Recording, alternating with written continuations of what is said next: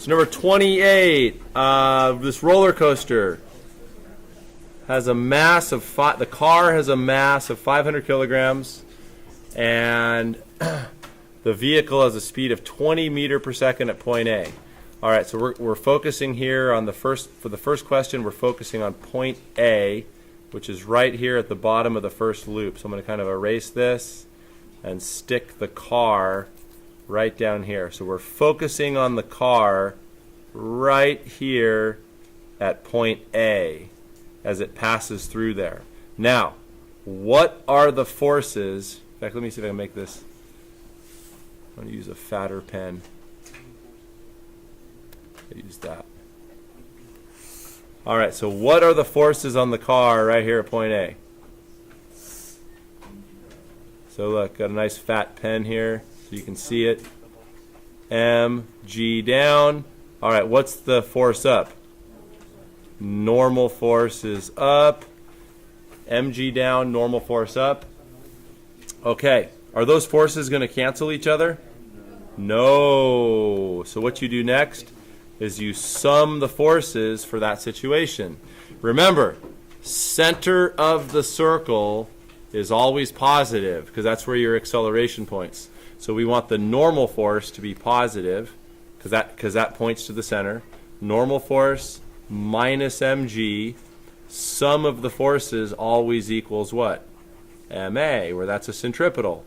How do I know that it's a centripetal? Because at this point right here is the car in a circular path. Yeah, so it's a centripetal acceleration. Hey, what is the centripetal force?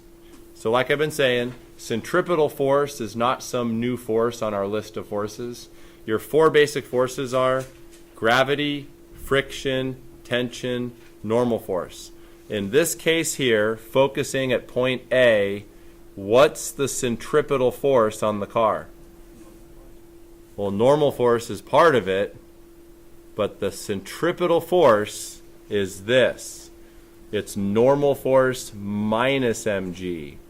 That is the total centripetal force, which makes sense because, look, F equals ma. If you're talking about centripetal force, then that's mass times centripetal acceleration. So look, they're equal to each other, see? This equals that. So the centripetal force here is normal force minus mg. That's the centripetal force. All right, now let's solve the question. The question wants us to find the normal force. Now look, what can we plug in for centripetal acceleration? V squared over r. So when you do the algebra here, the normal force is going to be equal to m v squared over r plus mg. So I'd factor an m out. So factor the m out, you get v squared over r plus g. So now put the numbers in. So this will be 500 kilograms. V squared, that'd be 20 meter per second squared. Make this a bracket there. So 20 meter per second squared. The radius is 10 plus 9.8.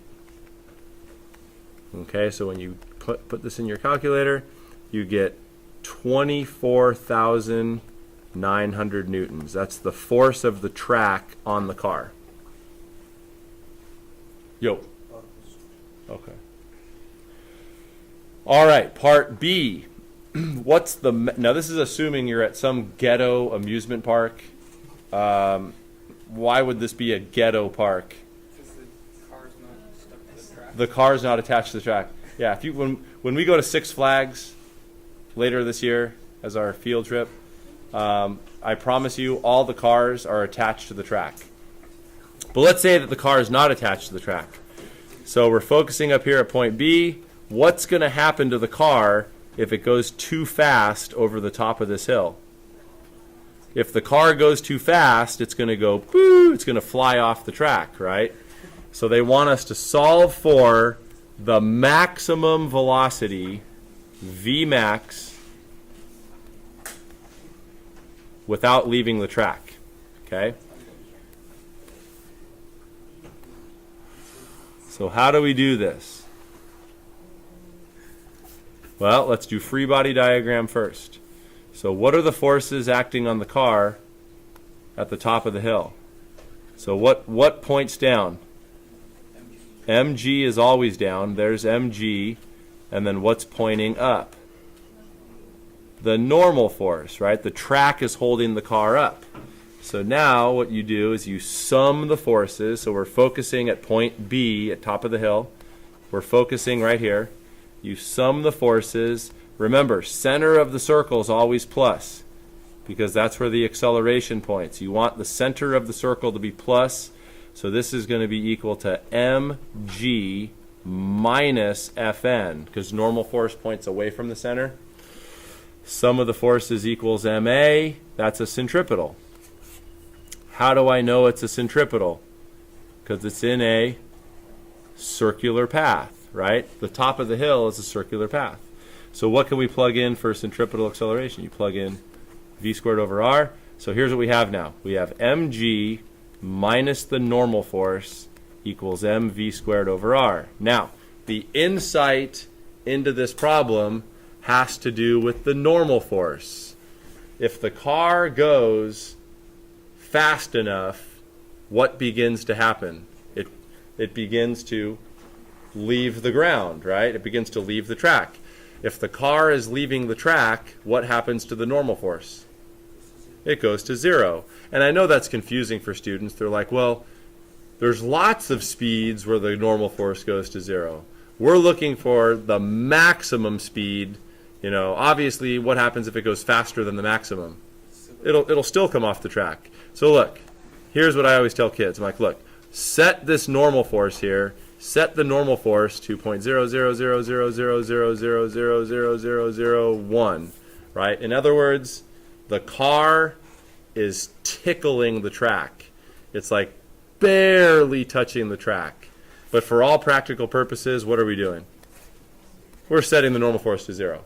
When you set the normal force to 0, this is going to give you the max velocity. So you're left with, so once the normal force goes to 0, you're left with mg equals mv squared over r. The m's cancel. V is square root gr. So that's 9.8. The radius of this circle here is 15. And this gives us a velocity of 12.1. So obviously, I mean, if the car goes faster than that, wait, hold on. Yeah, if the car goes faster than that, it's still going to come off, right? If it goes slower than that, it'll stay on. All right, any questions on this one? I think that's it for today. I think we're good.